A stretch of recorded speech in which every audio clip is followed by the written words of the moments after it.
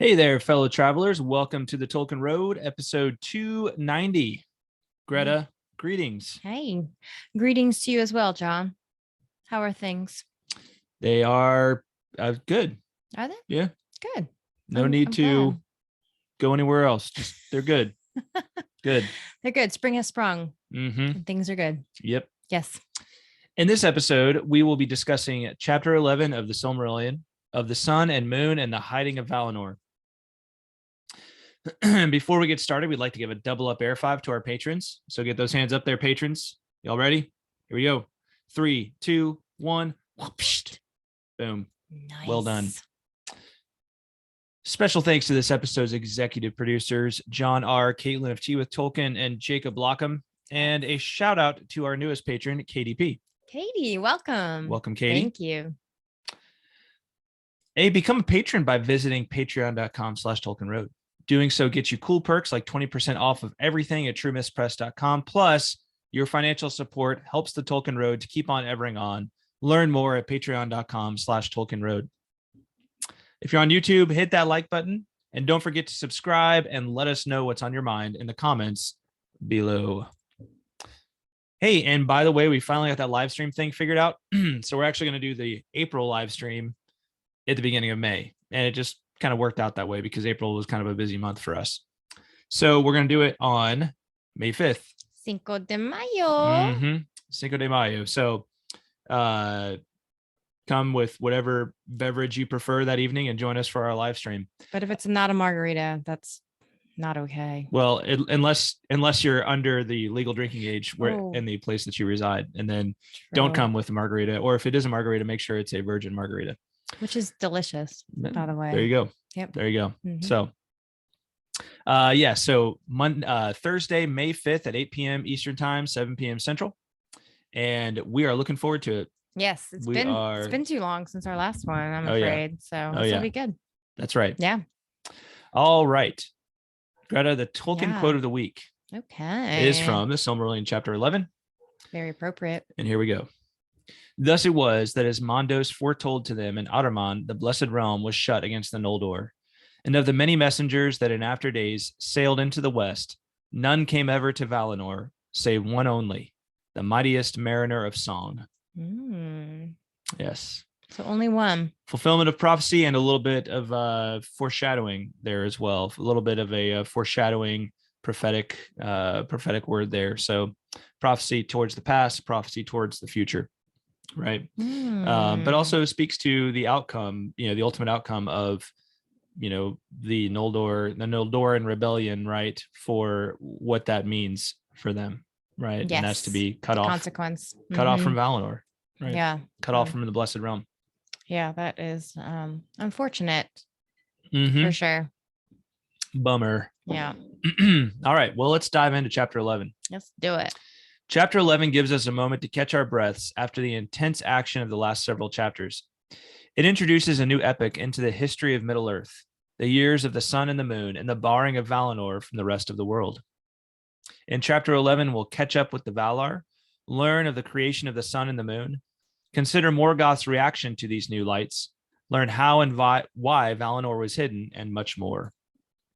And our disclaimer, as always, with each episode, we won't be covering every detail of the chapter, but instead doing our best to hit the high points and unpack interesting and important details. If we missed something you guys want to discuss more of, let us know. Got it? All right. I got it. All right. So as we've been doing, we're going to talk about the kind of give a little bit of a chronological dating for some of these events. This one's pretty straightforward. The events of this chapter are pretty straightforward. Essentially, we're crossing over from the dating scheme. It's almost like, we have before Christ and then Anno Domini, really, which is really after Christ, right? Is our kind of, at least in the part of the world where we live, it's the normal scheme of dating things, although sometimes they say CE versus BCE now, but really it's AD and BC, right? Here we're actually transitioning in somewhat of a similar fashion from YT to YS, right? So the year of the trees to the year of the sun, years of the sun, right?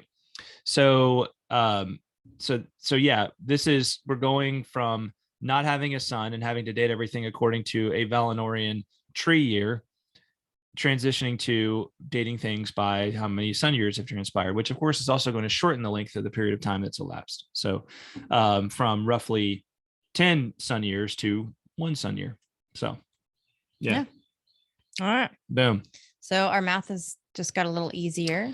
Well, yes. And even as I say that, it strikes me that, there is something to be said about, at some point we're going to have to do probably a hard look at the nature of Middle Earth and really like wrestle with all the things that Tolkien wrote in there about dating and years and all of those sorts of things, because there's quite a bit in there and it's complicated. But we're not going to worry about those complications right now, because this is intended to be, something that's helpful for those who are reading the Silmarillion for the first time. And if we do that, if we try to wrestle with that, it's not only going to blow our minds, but it's really going to blow your minds, right? So yeah, we'll get to that stuff at some point.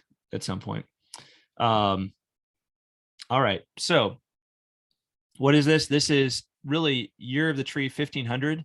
Year of the Trees 1500 / Year of the Sun 1. Okay, so that's the dating here for this.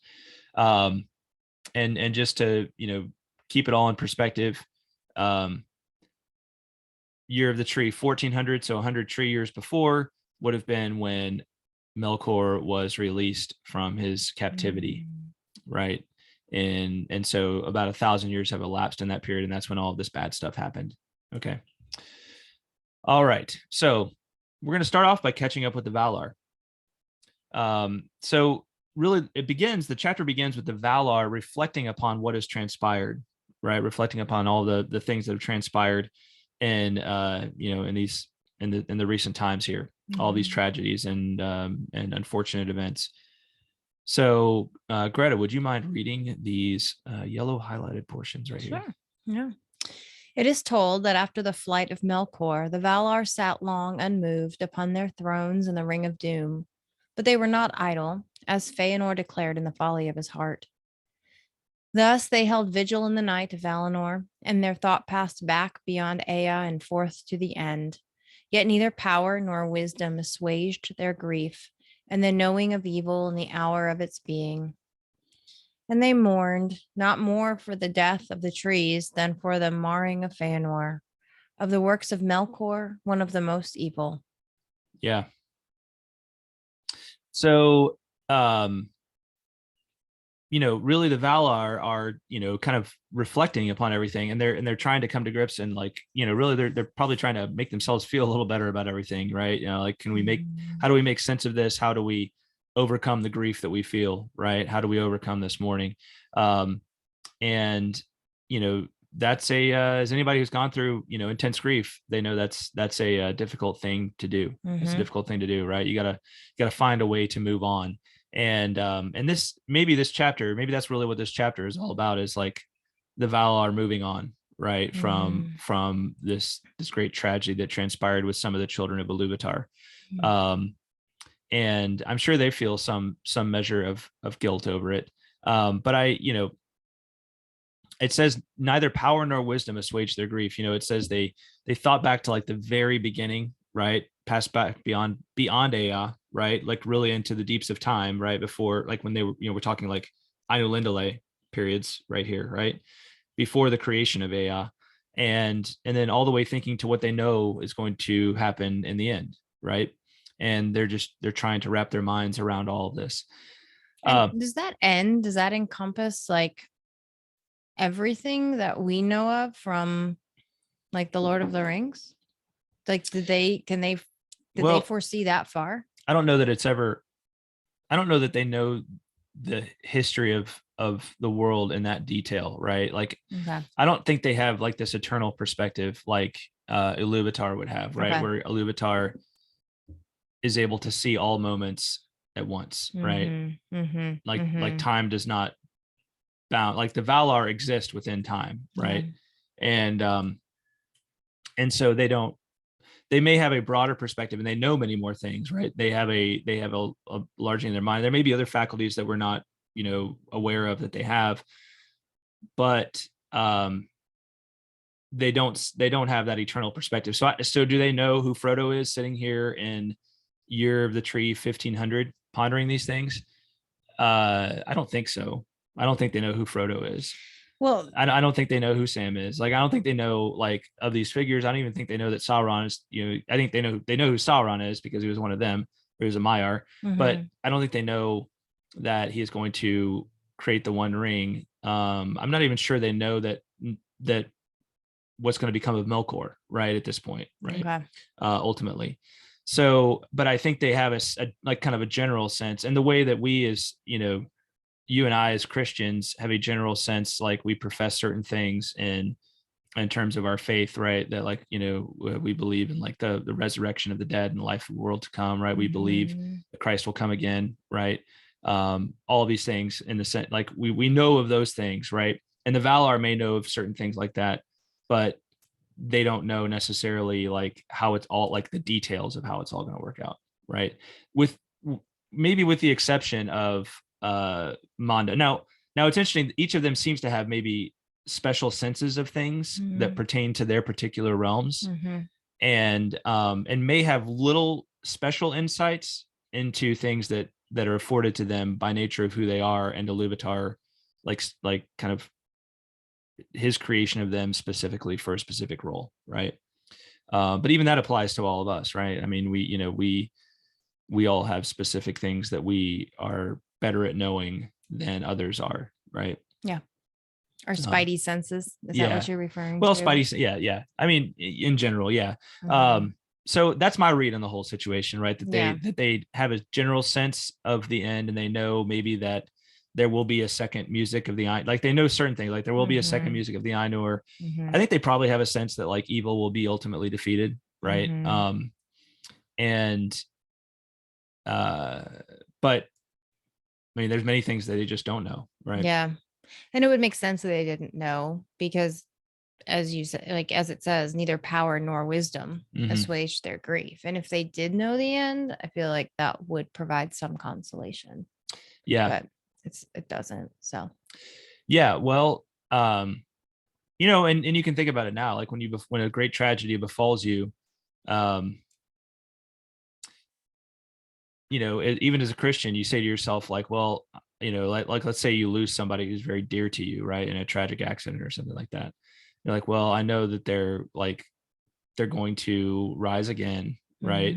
Because I believe in the resurrection of the dead and the life of the world to come, right? Yeah. But that doesn't necessarily make it feel better in the here and now. That is true. And so anyway, like that, I guess that's my, that's all I have to say. That's what I have to say about that. I completely agree. Obviously. Yeah. You're right. I mean, I think it provides some, you have that bit of hope that, that gives you, that knowing, or that your belief system gives to you.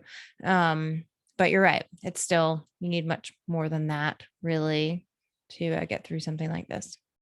And I think it's interesting I thought it was interesting that it remarks that they did not mourn for the trees more than, like, for Feanor, which kind of implies that they mourned for Feanor more than for the trees. Yeah, and great. I wanted to make sure we highlighted that as well, right? That that they, as you said, they mourned not more for the death of the trees than for the marring of Feanor, right? So at the very least, it was an equal tragedy in their minds. And I even read this as saying maybe they even feel worse for the marring of Feanor, right? Yes, which I think is the proper, I think probably the proper ordering of things, right? It's almost like the trees were these beautiful creations of theirs, but it's almost like, but Feanor is somebody else's child. Yeah. Right. Yep.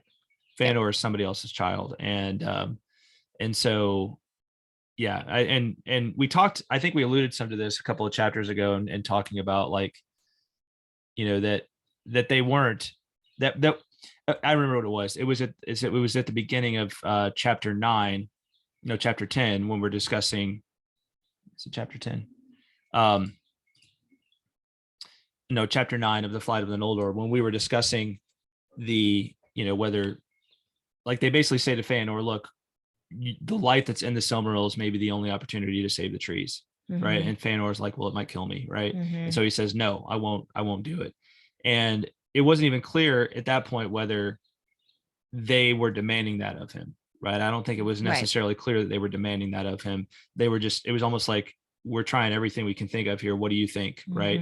And it's one of those cases where it would have been like, you know, well, they probably would have talked about it after he responded like, it'll kill me to give these up, right? Because they're like, well, then is it really right for us to do this, right? If it might kill him. And they never even got a chance to answer that question for themselves, right? He was just like, no way am I going to do this, right? So yeah, I do think they actually really cared for Feanor. I think they did too, and I think they recognize that there are generational consequences now. Like this doesn't end with Feanor, right? I mean, because he took a lot of people with him, including his family, obviously, and so this is the consequences of this are going to continue to affect everyone, right? For who knows how long, right? Because it's because it just has no end, really. I mean, there's always a chance to break the cycle, but still, it's not he did not act solitarily, right? I mean, he took lots of others with him, and I'm rambling. Okay. I'm done now. All right, we're good. All right, so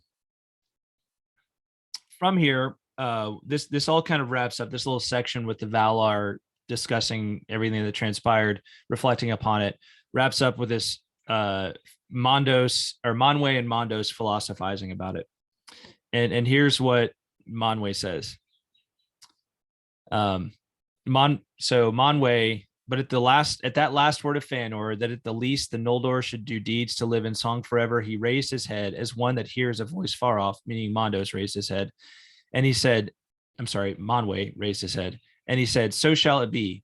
Dear bought those songs shall be accounted, and yet shall be well bought, for the price could be no other. Thus, even as Eru spoke to us, shall beauty not before conceived be brought into Ea, and evil yet be good to have been. And then Mandos replied and said, yet remain evil. To me shall Feanor come soon. Right. So Mandos, like, that's what I was alluding to earlier, is Mandos seems to be one who has a particular sense maybe of like different fates that are coming for people, right? Because he is the master of fates, right? So Manwë tries to see, finally maybe finds a silver lining in all of this, right? That certain beauty is going to be brought into the world because of this, right? You know, the heroic deeds of the Noldor and of other elves as a consequence of everything that's transpired. And he says, evil shall yet be good to have been, right? Because of this beauty that will be conceived and brought into Ea. And that's a very catastrophic sentiment. Yeah, I could see that. I mean, it's the whole thought of evil, like of evil things bringing good about, right? Like what you intended for evil, I intended for good. Kind of the happy turn. Yeah, that can come from good or evil. Well, it's I think it's this idea, like the famous line from Saint Augustine of Hippo is "Oh happy fault," right? And reflecting on the fall of man, right? Because his logic there was that the fall of man leads to the incarnation, the incarnation of Christ, which is a lifting of the nature of man. Whether that is, then there's some debate. Like there's some debate that Christ still have become incarnate regardless of the fall, right? And that's an interesting question. I personally kind of think that that's true, right? That was ultimately the destiny regardless of the fall. That was the destiny of man. But this isn't a theology podcast, so we won't get too deep into that. But we do have this sense of happy fault, and I think this is something we can just reflect on a purely natural level and say how many people that we love have been born because have come into existence because of some evil that preceded it, right? And you can see this very simply put from the notion of like during wartime, like people meeting their spouses during wartime, right? So let's say, just for example, like an American GI meets a like British woman because of World War II, right? And they get married after the war and have children, right? Well, those children came into existence because of this evil war, right? Because of this horrible war, right? And those children existing is an absolute good, right? Those people existing is a good in and of itself, right? So, it's pretty easy actually to see what Manwë is speaking of here, right? Evil shall yet be good to have been. Now, Mandos's point is equally valid, and yet remain evil. It doesn't make it not evil anymore, right? And that's the crazy thing about all this, right? This has been one of my favorite passages in here since we read it the first time. It's just such a, it's just such a great little conundrum, a great little paradox, right? And Mandos and Manwë, I feel like, are very complementary. Yes, they balance each other out well. Yeah, for sure. All right, so let's move on to the creation of the sun and the moon. So unfortunately, the two trees die because they don't have the light of the Silmarils. They're not even able to really attempt to heal them. The Valar do make some attempt to heal them, but it doesn't work. And so what's their, what that does is, we now no longer have light except for the starlight, right? Except for the stars of Varda. And basically they're like, well, maybe we can do something for Middle Earth. Maybe we can still give Middle Earth some light somehow and preserve what we have left of the two trees, right? And so what they had left was a flower of Telperion, right? The silver tree, and a fruit of Laurelin, right? Which is the golden tree. So they have this flower and this fruit, and from them, they're ultimately going to create the moon and the sun. All right. So there's a lot of names in here, and we'll sort all these out for you. Let's go ahead and read about the creation here, though. Greta, could you read this first paragraph? Can I ask a quick question? Yeah. So I thought, did Yavanna, and the way I read it was that Yavanna and Nienna actually brought these two fruits to bear. Like the trees were dead. Or were they already there and they saved them? Do you know what I'm asking? So, I mean, we can read that a little closer. No, that's totally fine. I'm just going to say, because my haiku kind of rests on this concept. So I hope I read it right. Let's see here. I'll read it. It says that I see what you're saying. The Manwë bade Yavanna and Nienna to put forth all their powers of growth and healing. They put forth all their powers upon the trees. But basically, they availed not, yet even as hope failed and her song faltered, Telperion bore it last upon a leafless bough, one great flower of silver, and Laurelin a single fruit of gold. So I kind of skipped over the details of that, but my point is that they still gave forth each one bore a flower, one bore a fruit, right? Yes. That was simply my point. So. I just didn't know if they were already there or if it was Yavanna and Nienna that brought them to life. If that was my question. Well, it looks like they brought them to life. I mean, yeah. Okay. All right. Yeah. Thank you for clarifying. Yeah. I mean, it says they bore it last after their actions. So yeah. All right. Cool. My haiku stands. Okay. Well, let's look at what we got here. So you want to read this first paragraph? Sure. Right? Isil the Sheen of Vanyar of old named the moon, flower of Telperion in Valinor, and Anar the Fire Golden, fruit of Laurelin, they named the sun. But the Noldor named them also. You need to read this. Okay, I'll read it. You read it. Isil the Sheen, the Vanyar of old, named the moon, flower of Telperion in Valinor, and Anar the Fire Golden, fruit of Laurelin, they named the sun. But the Noldor named them also Rana, the wayward, and Vasa, the heart of fire, that awakens and consumes. For the sun was set as a sign for the awakening of men and the waning of the elves, but the moon cherishes their memory. The maiden whom the Valar chose from among the Maiar to guide the vessel of the sun was named Arien, and he that steered the island of the moon was Tilion. In the days of the trees, Aryan had tended the golden flowers in the gardens of Vana and watered them with the bright dews of Lorelin. But Tilion was a hunter of the company of Orome, and he had a silver bow. He was a lover of silver, and when he would rest, he forsook the woods of Orome. And going into Lorien, he lay in dream by the pools of Este, in Telperion's flickering beams, and he begged to be given the task of tending forever the last flower of silver. Aryan the maiden was mightier than he, and she was chosen because she had not feared the heats of Lorelin, and was unhurt by them, being from the beginning a spirit of fire, whom Melkor had not deceived nor drawn to his service. Too bright were the eyes of Aryan for even the Eldar to look on.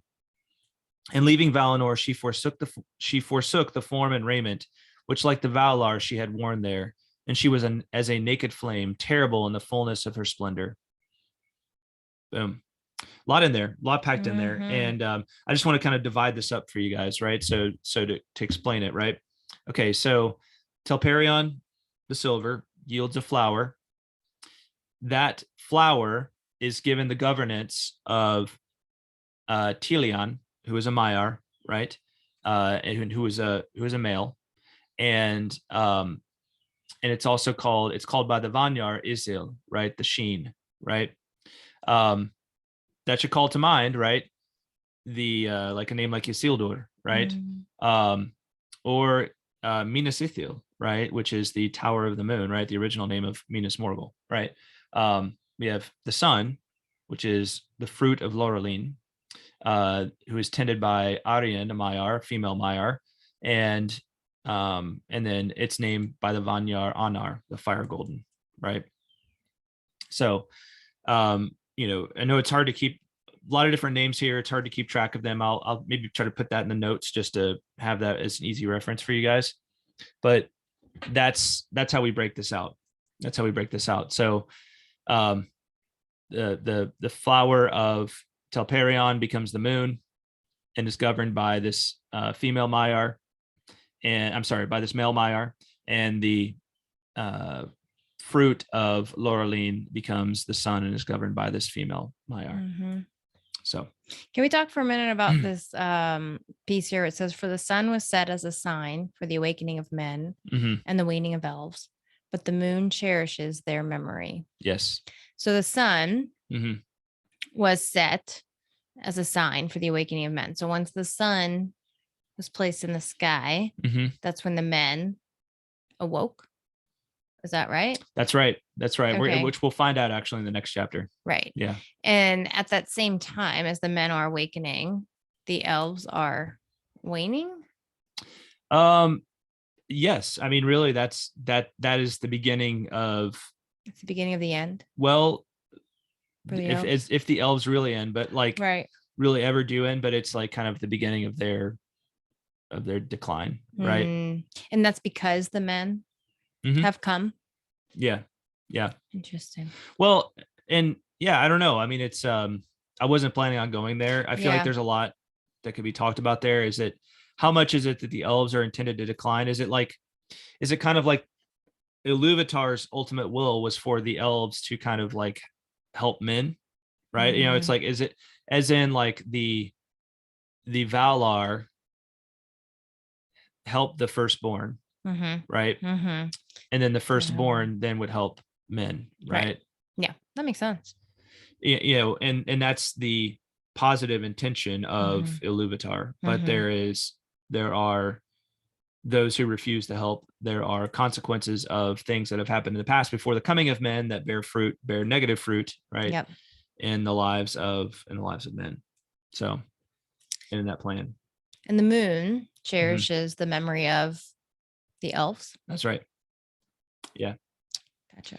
Yeah, and so there's this great just symbolism between that's throughout the Silmarillion of the silver tree and its association with the elves, and the golden tree and its association with men, right? That you've got this like and the moon being with the elves, moon being a flower of the silver tree, and the sun being representative of men and being the fruit of the golden tree. And we even see this like with Numenor, right? With Nimloth the Fair, right? The tree that was given by Valinor to Numenor, right? Yeah. And even though Numenor was a land of men, right?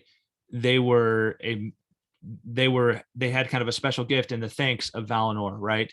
And this Nimloth was a descendant, or not a descendant, but it was a like carbon copy, if you will, of uh Telperion, right? Right. The silver tree, Yep. right? Mm-hmm. So it's kind of like here's this representative of the things that the elves stand for, and really the leaders of Numenor were descendants of both elf and men, right? So they were this kind of blending of the two, right? So even though it was a kingdom of men, they were mortals, right?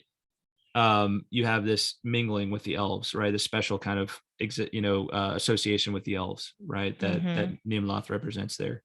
And that brings to mind too the mingling of they talked about that mingling of the light, right? Mhm. Before, obviously, in the years of the trees, that was the most hallowed time of day. Yeah. Was the mingling of the silver and the gold tree, the light of their, and that shows that was real. That was the intent, right? Of elves and men, was their mingling was meant to be a hallowed thing.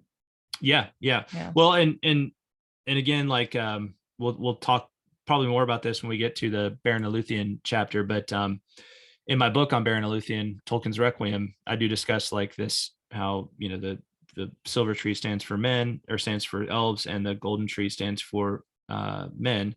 And then in the blending of those two lights, talking about being the most beautiful like kind of time to be in Valinor, right? And how the blend, Baron and Luthien leads to this blending of elves and men, right? A special blending of elves and men that carries forth all the way into the Lord of the Rings, right? That has significance all the way into the Lord of the Rings. So so it's really interesting to think that if the trees hadn't died, there would have been no need for the sun, right? So does that just mean there would have been a different sign for the coming of men, or would maybe there would have been, right? I don't know, like because you have to remember the two trees of Valinor did not necessarily provide the same amount of light to the whole world. Well, right? That's true. Yeah. Much of the east still remained in in a significant definitely didn't have as much light as Valinor did, right? Because the two trees were behind the Kalakiria, right? The large mountain wall, right? Yeah. So did they have a lot of the same amount of light? I don't think so, right? So, and then there's also a question, there's different forms of the legendarium where the sun, this actually isn't the way the sun and the moon come into existence, that actually they exist at all, like for a long period of time before this. So, but this, this being the one we have in the Silmarillion, we'll go with that being kind of the official way that it happened. So sounds good. Yeah. Yeah. All right. So that's how the sun and the moon come into existence. And it's interesting, like they really are, they're a if you read the rest of this, they're a joint effort of Valar, right? Yes. Like all the Valar contribute to these in some way. So it's the moon that first rises. And interestingly, the moon and the sun initially arise in the west and go east, right? So of course in our world, everything arises, the sun arises in the east and goes west, right? Sets in the west. But here it's west and east initially. And you can kind of think about that. They're like, okay, well, we made this thing and we're in the west, so we're going to send it over to the rest of the world so they can behold it, right? And so that is how it initially happens, but it does eventually change. And so let's read about how it initially happens. So Greta, can you read this chapter here? Or I'm sorry, this paragraph here. Now Varda purposed that the two vessels should journey in Illimin and ever be aloft, but not together. Each should pass from Valinor into the east and return, the one issuing from the west as the other turned from the east. Thus, the first of the new days were reckoned after the manner of the trees, from the mingling of the lights, when Arian and Tilion passed in their courses above the middle of the earth. But Tilion was wayward and uncertain in speed, and held not to his appointed path, and he sought to come near to Arian, being drawn by her splendor, though the flame of Anur scorched him, and the island of the moon was darkened. Yeah. I feel like I'm still not saying those names right, but I'm trying. You're doing your best. You're doing your best. Now I'm second guessing myself though. All right. Thus the first of the new days was reckoned after the manner of the trees from the mingling of the lights when Arian and Tilion passed in their courses above the middle of the earth. But Tilion was wayward and uncertain in speed and held not to its appointed path, and he sought to come near to Arian, being drawn by her splendor. Thus the mingling of the lights when I'm getting confused now because where is it? Each should The pass, one issuing yeah. from the west is the other turned from the east. So is it saying like it would get to the east and then come back the other way? Each should pass from Valinor into the east and return. One issuing from the west. Yeah. As the other turned from the east. So does that mean they kind of do like something like that? Like yeah, that's what from different directions. That's what I was kind of thinking is like one. It's almost like they're going in like this like they rise. One rises in the west. The moon rises in the west first, and then when it gets into the east, all the way into the east, the sun then rises, and the moon starts going back the other way, so that they mingle up here. Or is it like, does the moon pass under Arda, right? Because this is a conception, I believe, where Arda is flat, right? Or more or less flat. It's not a perfect globe. Does it come under and then come back up in the west, right? Or does it do a circle and they kind of pass by each other in the sky? So I'm slightly confused on that point. And if anybody wants to offer their thoughts on clarification, please do. But the point is that there is this factor of arising in the west, right, and going into the east. Right. And there's this problem of well, let's just be honest. I mean, Arian, she's totally hot, right? Literally totally hot, just complete hottie. And Tilion is just like, you're amazing, I want to be close to you, right?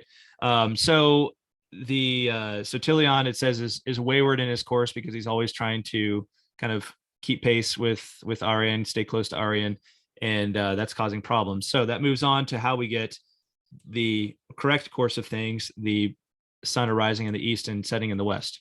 I would love to see that. I mean, to see the sun and the moon just moving erratically through the sky, and oh no, it almost ran into the sun. And there's truth I think there's truth in that though, right? Because I'm no astronomer, but I mean the moon would have the sun exert gravitational influence upon it, right? It's drawn towards the moon is drawn towards the earth, I think, is bit more than anything else, but it is drawn towards the sun, and is an indirect is a consequence of the earth being drawn towards the sun, right? And so I think the moon would have significant would have the sun would exert significant gravitational pull on the moon as well, right? And I think that's why the moon has something of a strange elliptical orbit. Again, no astronomer here, so if anybody wants to provide clarification, please do so. But before we just completely wreck some poor astronomer listeners will to live, let's move on to what Tolkien actually has to say here. Sounds good. All right. So why did it change? Here's why it changed. Because of the waywardness of Tilion, therefore, and yet more because of the prayers of Lorien and Este, who said that sleep and rest had been banished from the earth and the stars were hidden, Varda changed her counsel and allowed a time wherein the world should still have shadow and half light. Anar rested therefore a while in Valinor, lying upon the cool bosom of the outer sea. And evening, the time of the descent and resting of the sun, was the hour of greatest light and joy in Aman. But soon the sun was drawn down by the servants of Ulmo, and went then in haste up under the earth, and so came unseen to the east, and there mounted the heaven again, lest night be overlong and evil walk under the moon. But by Anar the waters of the outer sea were made hot and glowed with colored fire, and Valinor had light for a while after the passing of Arian. Yet as she journeyed under the earth and drew towards the east, the glow faded, and Valinor was dim, And the Valar mourned then most for the death of Lorelin. At dawn, the shadows of the mountains of defense lay heavy on the Blessed Realm. Varda commanded the moon to journey in like manner, and passing under earth to arise in the east, but only after the sun had descended from heaven. But Telion went with uncertain pace, as yet he goes, and was still drawn towards Arian, as he shall ever be, so that often both may be seen above the earth together, or at times it will chance that he comes so nigh that his shadow cuts off her brightness, and there is a darkness amid the day. So the way I understand all this is, basically there would just be these periods of time where it was pretty dark, right? Because of the way that the sun and the moon were set in the sky, and then their courses to run. And this upset some of the Valar. And so Varda changed her counsel about how they should go. And see, I read it the other way. Okay, go for it. Because I struggled to make sense of this. I really did. As did I, and I read it a few times, but kind of what I landed on was that there was really not a time of darkness. I'm sorry. You're right. I totally read that the wrong way. And I meant to say it that way. Okay. You're right. Yeah. Yes. That it was basically always light. Like, yeah. It was like, I had it mixed up in my head. Yeah. It just kind of made me think of like when I was in Iceland, in, I think we were there like in end of May, June. Anyway, it was like that time where there was literally only like 2 hours of darkness, right? Because of, again, all that space stuff that I don't understand. But basically, in the summers, like up near the, like wherever Iceland is in the world, there's hardly any darkness, and it makes it incredibly difficult to sleep, incredibly difficult. So I think that's what, I don't remember what, the Valar, Lorien, and Estee, I don't remember what they are like there. Oh, it's Estee the Dreams. Yeah, let's look this up again. But they were the ones that said that sleep and rest have been banished, and they were not happy with that. So they probably had a bunch of sleep deprived people, and it was probably getting kind of ugly in their realm. That would be my guess. So they wanted a time where there was darkness so people could rest, right? This website kills me with all of its drop down. Come on. All right. Lorien is also known as Irmo, right? And the master of desires, and I know Navalu, who is responsible for the creation of dreams and desires as well as visions too. Okay. And then Estee, probably something similar, was responsible for the healing of the hurt and weary. Which sleep is the best thing for hurt and weariness. Yes. So that makes sense that they would have been like, yo, these people need to be able to sleep. So we need some time where it's kind of dark. That's right. Yeah. That's right. So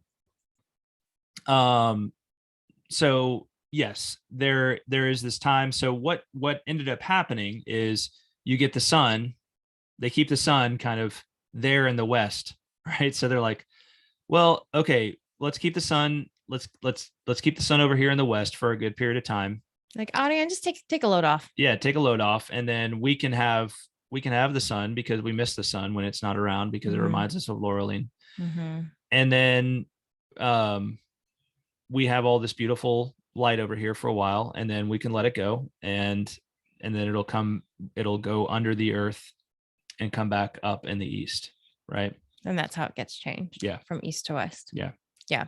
So, and this mention here of it says, but soon the sun was drawn down by the servants of Ulmo, and then it talks about the moon, or sorry, what the sun does for the waters. Is that like a reference to the tides, like how the moon, how these things affect the tides? It may be. I feel like Tolkien is doing that in sort of a mythological way here, is explaining some of those phenomena, right? You also get the allusion to a lunar eclipse, right? Okay. I think that's a lunar eclipse, solar eclipse or lunar eclipse. So it's in the case where Teleon went with uncertain pace as he goes and was still drawn toward Arya as he shall ever be, so that often both may be seen above the earth together. At times it will chance that he comes so nigh that his shadow cuts off her brightness, and there's a darkness amid the day.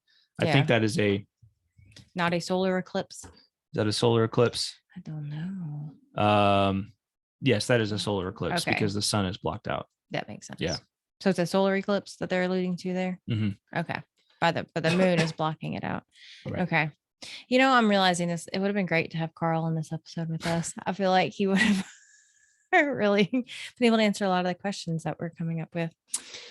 Yeah, well, for sure. It's always great to have Carl with us, but I did like having the opportunity to wrestle with this again, even though I still feel like I'm kind of, all these years later wrapping my head around it.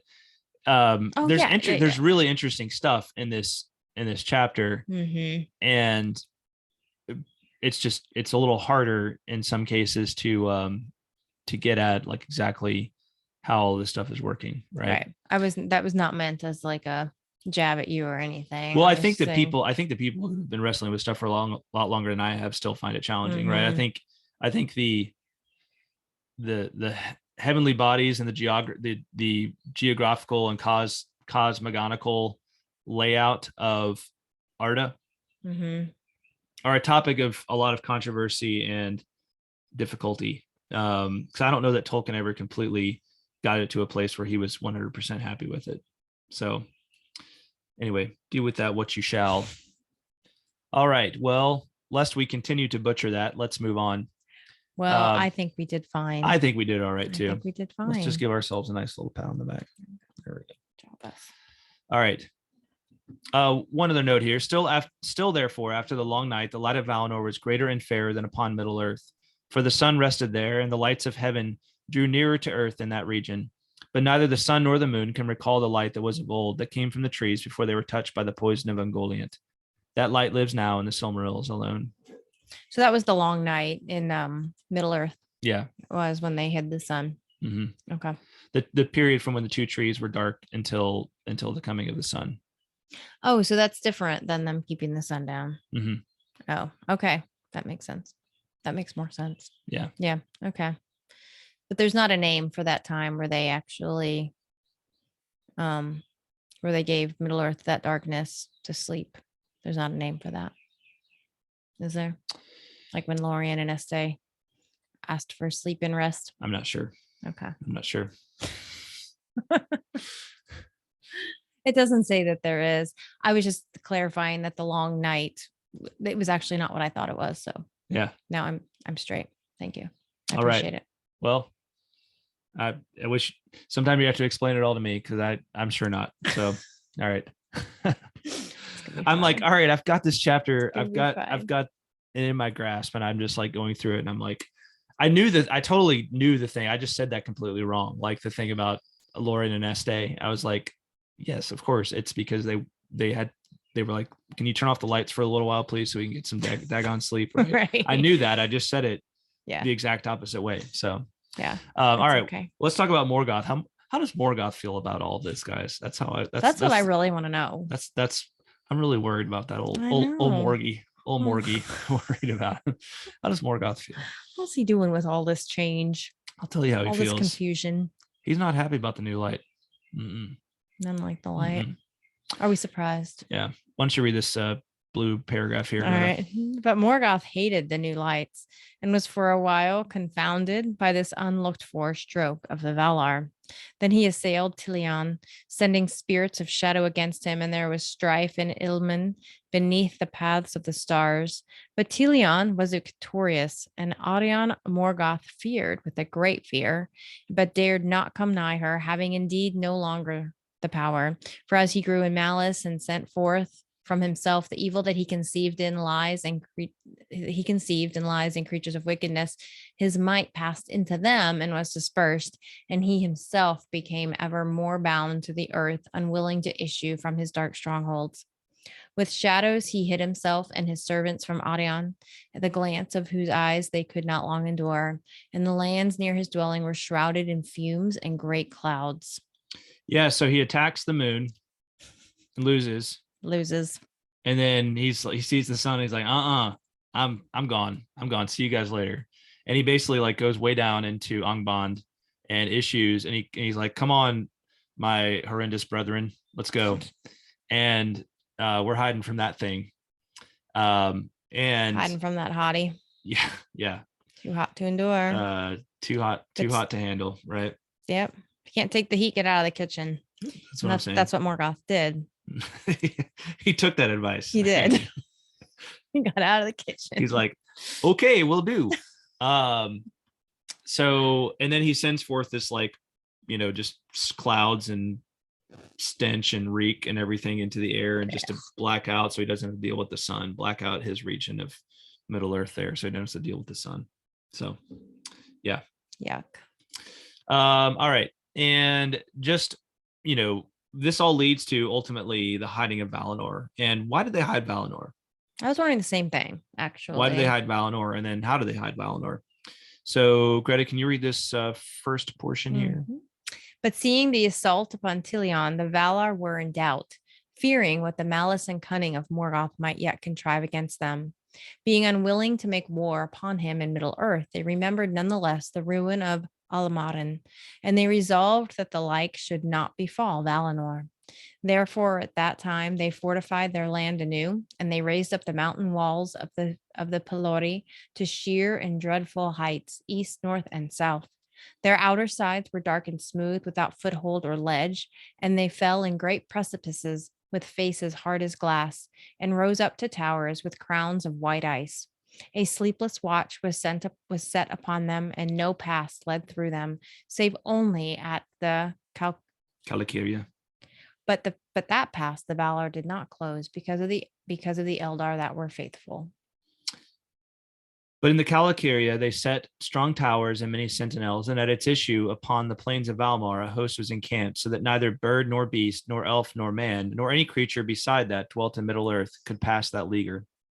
And in that time also, which songs called Nortale Valinoreva, the hiding of Valinor, the enchanted isles were set, and all the seas about them were filled with shadows and bewilderment. And these isles were strung as a net in the shadowy seas from the north to the south, before Tol Eressëa, the lonely isle, is reached by one sailing west. Hardly might any vessel pass between them, for in the dangerous sounds the waves sighed forever upon dark rocks shrouded in mist. And in the twilight a great weariness came upon mariners, and a loathing of the sea. But all that ever set foot upon the islands were there entrapped, and slept under the change of the world. So basically, when they see what happens, when the Valar see what happens to Tilion, right, when they see that Morgoth tries to, basically assault Tilion, they're like, what else is Morgoth going to come up with? And they're like, we just don't want any more to do with that guy. Mm-hmm.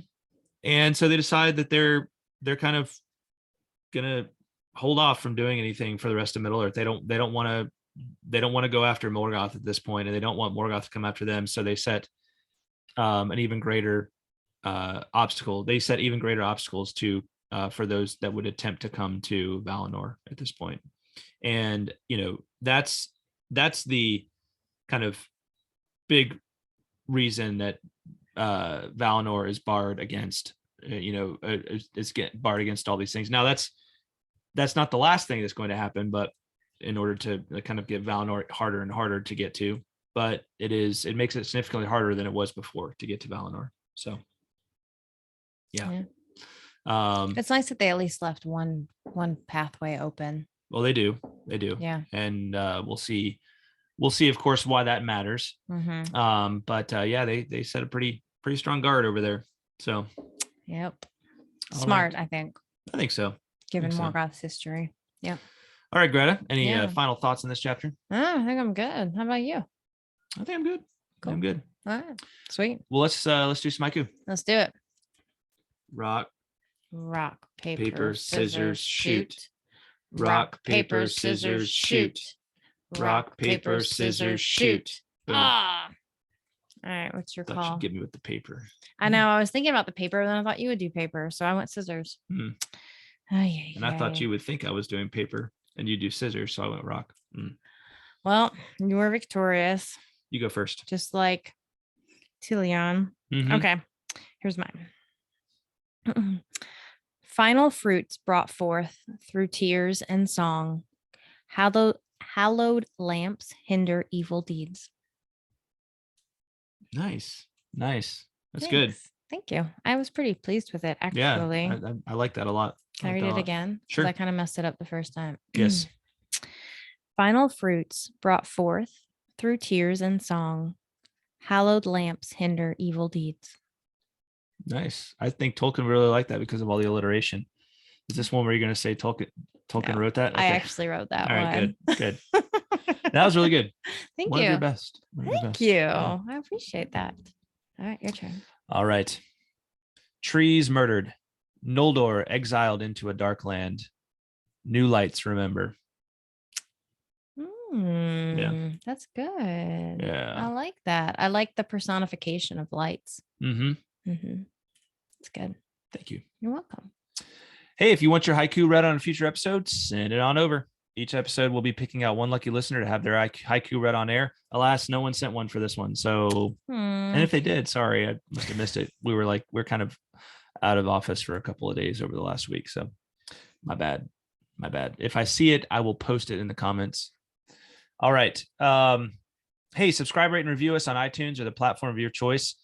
We are, it's been a few weeks since someone left us a nice, awesome 5-star review and rating and all that kind of stuff over on iTunes. So I know you guys are out there and you haven't left yours yet. So make it happen. Now's as good a time as any, right?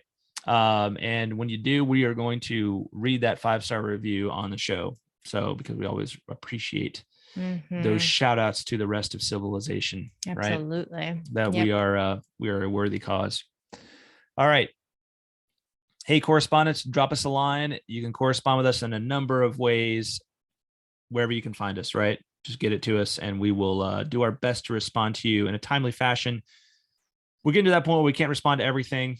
Just be honest about it. But we always read it, and we're always going to hold on to it for possible use on a future episode. And in many cases, we still will respond. So, all right. And I think our live stream is where we actually get to a lot of correspondence. So hopefully you guys can tune in for our next one. By the way, I'm just going to say this, another thing for being a patron. If you are a patron, we really appreciate that. And we always respond to our patrons, right? Like, so we always correspond with our patrons, guys. So I'm not saying that you got to be a patron to receive a response from us, but you can be 100% guaranteed you will if you're a patron, right? Preferential treatment much, John? Well, I'm just saying we appreciate them, right? Well, we do. We appreciate everything they do for us. We love those guys. Oh, yes. I wasn't trying to say we didn't. Guys and gals. All right. Yes. Okay. Good. All right. Hey, once again, this month's live stream is actually scheduled for next month. I teed it right up for you, and then you went and did the preferential patron thing. But I was saying how our live stream is where we get to a lot of correspondence. That's true. So join us for our next one, which will be on May the 5th. Cinco de Mayo, 8 p.m. Eastern, 7 p.m. Central. We'll be discussing our journey over the last month, as well as the latest news from around Tolkiendom. So looking forward to it. All right. Thank you to our amazing patrons, especially the following: John R., Kaitlyn of Tea with Tolkien, Jacob Lockham, Ms. Anonymous, Andrew T., Red Hawk, Shannon S., Brian O., Emilio P., Zeke F., James A., James L., Chris L., Chuck F., Azia V., Ish of the Hammer, Teresa C., David of Pints with Jack, Jonathan D., Eric S., Eric B., Johanna T., Mike M., Robert H., Paul D., Julia, Werty, Matthew W., Joe Bagelman, Chris K., Jacob S., and Don J., as well as those celebrating their patron anniversary this month in May of 2022. Malcolm C. and Ms. Anonymous. Thanks, y'all. Thank you, guys. Thanks, everybody, for listening. We will talk at you next time. Bye, y'all. Bye-bye.